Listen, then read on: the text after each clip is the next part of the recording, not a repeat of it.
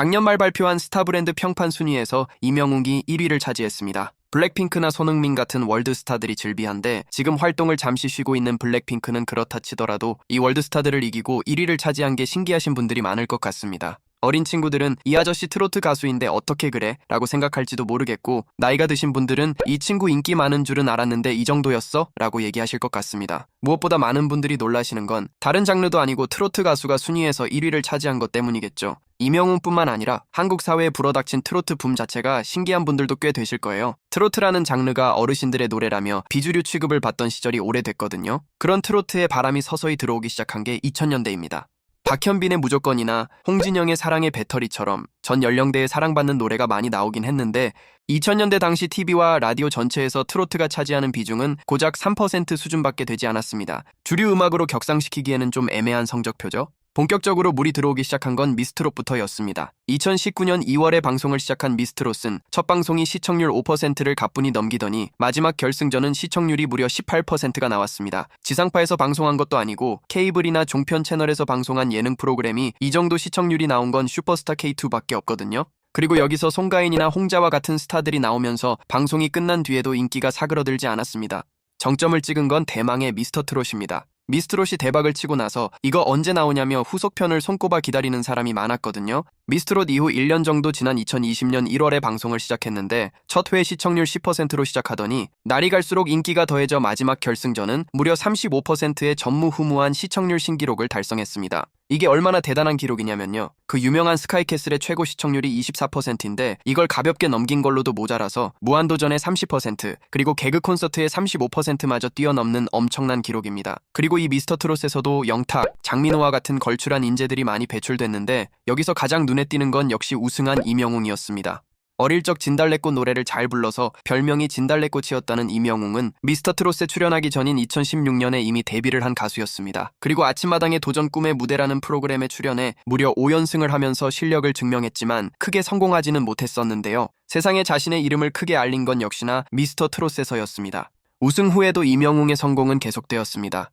1년 뒤 발표된 별빛 같은 나의 사랑아라는 곡은 어린 친구들을 위한 프로그램이라는 인식이 강한 음악 중심에서 트로트로 1위를 차지하는가 하면 2022년에 발표한 첫 정규 앨범은 발매 첫날 94만 장을 팔아치웠고 일주일 만에 110만 장의 판매량을 넘기면서 한국 음반 판매 역사를 갈아치웠습니다. 콘서트는 열렸다면 매진이고 올해 5월에는 상암 월드컵 경기장에서 최대 규모로 10개회까지 가지고 있습니다.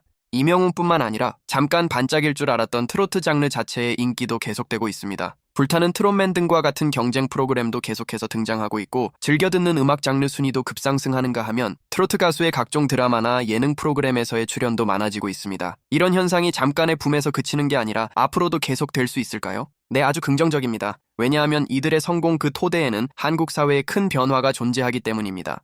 어떤 사회든 그 사회의 문화를 주도하는 건 가장 인구가 많은 세대입니다. 시대별로 유행한 노래들을 보면 명확히 드러나는데요. 90년대 인구 구조를 보면 가장 인구가 많은 연령대가 10대 후반에서 20대 초반입니다. 아주 젊은 시대라 할 수 있겠죠? 이 시대를 관통하는 문화 또한 이들을 중심으로 만들어졌는데 가요계 또한 예외가 아니었습니다. 93년도에 등장한 말이 필요 없는 그룹이죠. 서태지와 아이들을 시작으로 90년대 후반을 지배한 H.O.T, S.E.S, 핑클과 같이 젊음을 상징하는 그룹들이 가요계를 휩쓸었습니다. 2000년대를 보통 낭만의 시대라고 표현하기도 하죠. 그럴 수밖에 없는 이유가 있습니다. 이 시절의 인구 구조를 보시면 20대 중후반의 인구가 가장 많습니다. 이 세대의 가장 큰 관심사가 뭘까요? 사랑, 연애 이런 것들이겠죠. 그러다 보니 빅뱅과 원더걸스 같은 아이돌이 여전히 강세이긴 했지만 이 시대의 가요계는 달달한 사랑을 주제로 한 발라드의 전성기였습니다. 소몰이 창법으로 유명한 SG 워너비나 지금은 신이라 불리는 박효신도 이 시기에 데뷔를 했었고요. 지금 아는 형님에 나오는 민경훈도 이 시절의 락발라드를 부르는 꽃미남 보컬이었습니다. 2010년을 관통하는 단어는 오빠와 누나였습니다. 이 시기에 한국 문화를 주도하던 세대는 인구 구조에서 볼 수 있듯이 30대에서 40대 초반의 연령대였습니다. 수많은 오빠들을 설레게 한 아이유의 좋은 날이라는 노래 다들 기억하시나요? 누난 너무 예뻐의 샤이니, 누난 내 여자니까를 부르던 이승기, 그 시절 누나 팬들이 가장 많았다는 2PM까지 삼촌 팬들과 누나들을 사로잡기 위한 노래들이 쏟아지던 시기였습니다. 자, 이제 패턴이 보이시나요? 시대를 관통하는 문화는 그 시대에 가장 인구가 많은 세대가 주도하는데 우리나라는 급격한 저출산과 고령화로 인해 문화를 주도하는 세대층의 나이대가 빠르게 높아지고 있습니다. 그리고 어느새 2024년 현재 한국에서 가장 인구가 많은 세대가 50대와 60대가 되었습니다. 그렇기 때문에 현재 한국 사회에서 생산되는 문화 컨텐츠의 주도권을 장년층들이 가져가고 있습니다. 가요계도 이 영향을 피해갈 수 없습니다. 젊은 층을 대상으로 하는 대중가요와 트로트로 대표되는 성인가요는 서로 완전히 다른 행보를 보여주고 있습니다. BTS부터 블랙핑크, 뉴진스 등 지금 한국의 젊은 세대를 대표하는 그룹들의 주 무대는 더 이상 한국이 아닙니다.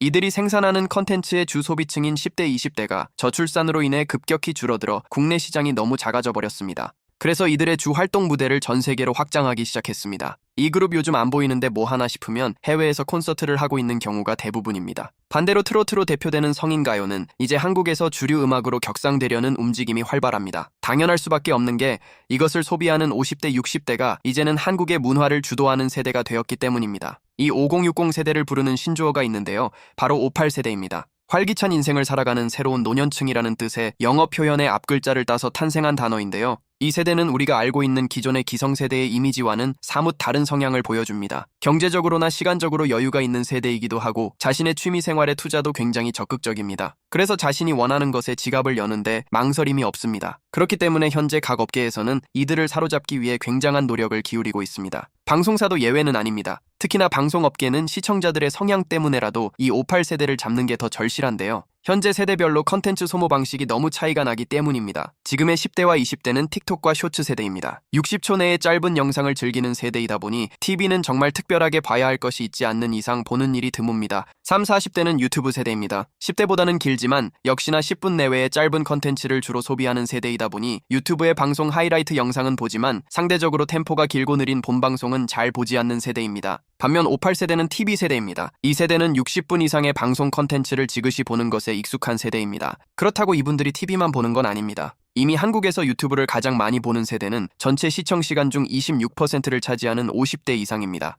이분들은 내 마음에 들기만 하면 TV에서 본방송을 봤더라도 유튜브의 하이라이트 영상 같이 재생산되는 컨텐츠의 중복 시청을 망설임 없이 하는 분들입니다. 요즘 젊은 사람들이 TV에서 볼 게 없다라는 말 많이 하죠? 당연합니다. 이들은 애초에 타겟 시청자가 아닌 경우가 대부분이니까요. 미스트롯과 같은 프로그램을 방송국들이 전면에 내세우는 것은 결코 우연이 아닙니다. 타겟 소비층의 니즈를 정확히 파악하고 내린 판단입니다. 제품을 판매하는 기업 입장에서도 마찬가지입니다. 이 세대는 자기가 원하는 곳에 지갑을 적극적으로 여는 세대입니다. 그리고 그것을 뒷받침할 경제력과 시간적 여유를 갖추고 있어요. 58세대와 더불어 쇼핑업계에 새로 등장한 실버 서퍼라는 단어가 있습니다. 실버 세대와 인터넷 서핑을 하는 사람이라는 뜻의 서퍼가 합쳐진 단어인데요. 나이가 많은 어르신들은 최신 기기에 능숙하지 못하고 인터넷도 잘 사용하지 않을 것이라는 편견이 있는데 현실은 정반대입니다. 유튜브 같은 온라인 컨텐츠를 소비하는 비중도 굉장히 높고 SNS와 각종 온라인 커뮤니티에서도 장년층의 활동 참여가 갈수록 늘어가는 추세입니다. 이렇게 장년층이 온라인 세상의 주류로 등장하다 보니 온라인 쇼핑 업계에서도 이들의 입맛에 맞는 상품들로 목록을 재구성하는 일이 이제는 흔합니다. 자, 이렇게 방송업계와 기업들에게 사랑받는 58세대가 즐기는 최고의 문화 컨텐츠는 뭘까요? 당연 트로트입니다. 그리고 이 트로트의 아이콘은 이명웅입니다. 이명웅의 공식 팬카페 이름은 영웅시대인데요. 제가 영웅시대 카페에 들어가서 가장 놀랐던 건 다들 이명웅을 오빠라고 부르시더라고요. 팬분들의 나이대가 대부분 50대 이상이라 이게 맞나 싶었는데 조금 더 들여다보니 이해가 됩니다. 문화예술계에 레트로라는 단어가 있습니다. 복고라고 하면 많은 분들이 익숙하실 텐데요. 이 단어를 한마디로 요약하면 옛날에 겪은 것을 다시 즐긴다 정도일 것 같습니다. 이 팬분들에게 이명웅은 지금 나이가 든 현재의 모습이 아닌 내가 가장 아름다웠을 청춘 시절에 내가 즐기던 노래를 부르는 좋아하던 오빠의 모습을 떠올리게 하는 존재인 거예요. 그래서 단지 이명웅의 노래만 듣는 게 아니라 자신의 젊은 시절 추억을 이 노래들과 함께 회상하며 그때로 돌아간 듯이 즐기는 거죠. 동시에 이 팬분들이 이명웅에게 내 아들 하지 않을래? 라고 많이 말씀하십니다. 미스터트롯에서부터 쌓아진 효자 이미지가 상당히 큰데요. 첫 무대에서 자신을 홀로 키운 어머니에 대한 감사함을 담아 노사연의 바램을 부르면서 어머니들 마음을 사로잡기 시작했는데 특히 결승전에서 고인이 된 아버지께서 생전 어머니에게 자주 불러주셨다는 배신자를 부르며 흘린 눈물에 같이 눈물 흘린 어머니 팬들이 그렇게 많습니다. 이렇게 오빠이자 아들이라는 양립하기 어려워 보이는 이미지를 이명웅은 동시에 가졌는데요. 그래서 그런지 팬분들의 충성도가 상당히 높고 활동도 왕성합니다. 자, 이렇게 인기가 많은 이명웅과 트로트라는 장르가 앞으로도 계속될 수 있을까요? 아주 긍정적입니다. 통계청에서 발표한 인구 예상을 보면 앞으로도 한국의 전체적인 연령대는 높아져만 가는데 특히 60대 이상 노년층은 2050년에는 무려 77%가 될 정도로 많아집니다. 굉장히 슬픈 현실이긴 하지만 트로트라는 장르에게는 호재라고 볼 수 있습니다. 트로트가 굉장히 신기한 게 어릴 때는 관심도 없었다가 나이 들면서 이 노래들을 즐기기 시작하는 사람이 굉장히 많거든요. 아무래도 그 나이대가 되어야 느낄 수 있는 감성이 있어서겠죠. 인생의 깊이를 담은 가사도 트로트가 장년층의 지지를 받는 결정적 이유입니다. 인생은 빈 술잔 들고 취하는 것, 이별의 달콤함이야 있겠냐마는 이런 깊이 있는 가사는 다른 장르에서 찾기가 쉽지 않거든요. 유일하게 하나 아쉬운 점이 있다면 이 트로트의 인기가 한국 한정이라는 점입니다. 언젠간 우리나라의 성인 가요도 K-팝처럼 세계적으로 성공을 하고 이명웅이 월드 투어를 하는 날이 왔으면 좋겠네요. 지금까지 시청해주셔서 감사합니다. 구독과 좋아요는 다음 영상에 정말 큰 도움이 됩니다.